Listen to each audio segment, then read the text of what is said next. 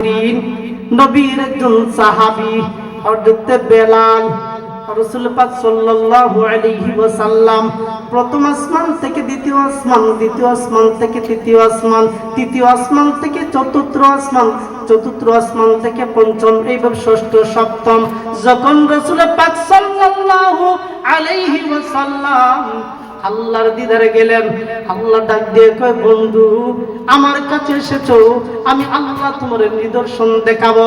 আল্লাহ জান্নাত দেখানোর জন্য জিব্রাইলকে বললেন, জিব্রাইল রে আমার বন্ধুকে নিয়ে তুমি জান্নাত পরিদর্শন করো। আবার রাসূল আর জিব্রাইল দুইজন জান্নাতের মধ্যে হাঁটতেছে।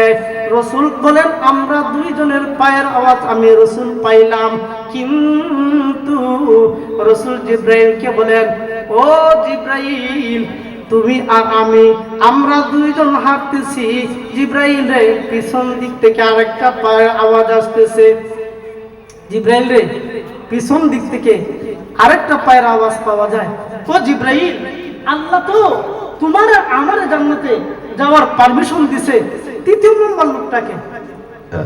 সম্মানিত হাজিরিন, জিব্রাইল আমিন বলতেছেন, ইয়া রাসূলুল্লাহ, নবী গো জান্নাতের মধ্যে আপনি আর আমি, আমরা দুইজন সত্যি, কিন্তু ইয়া রাসূলুল্লাহ তৃতীয় নম্বর ব্যক্তিও আমাদের মধ্যে উপস্থিত আছে। বলুন সুবহানাল্লাহ।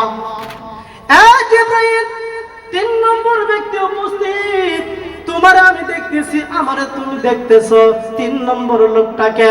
জিব্রাইল বলেন, ইয়া রাসূলুল্লাহ তিন নম্বর ব্যক্তি তো দুনিয়ার জমিনে হাঁটাহাঁটি করতেছে। ইয়া রাসূলুল্লাহ আপনার একজন উম্মত গো, সে পৃথিবীর জমিনে হাঁটাহাঁটি করে, আর তার পায়ের আওয়াজের ক্ষমতা এত বিশাল।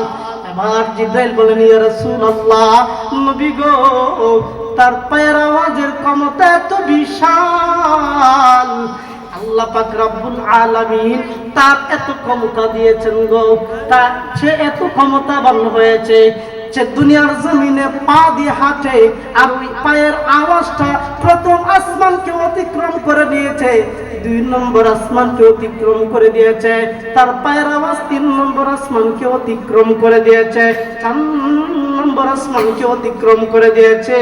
এইভাবে আল্লাহর জান্নাত পর্যন্ত তার পায়ের আওয়াজ চলে এসেছে। সুবহানাল্লাহ বলবেন না? এবার ভাইয়ের আমার, ও জিব্রাইল আমার এই উম্মত এত দামি। জিব্রাইল কই, ইয়া রাসূলুল্লাহ এই উম্মতের দামের একটা বিশেষ কারণ আছে। বলে কি? ইয়া রাসূলুল্লাহ নবী গো ওই বেলাল কালো, বেলাল কি কালো বেঠে, আবার বেলাল শুদ্ধ করে বলতে পারে না।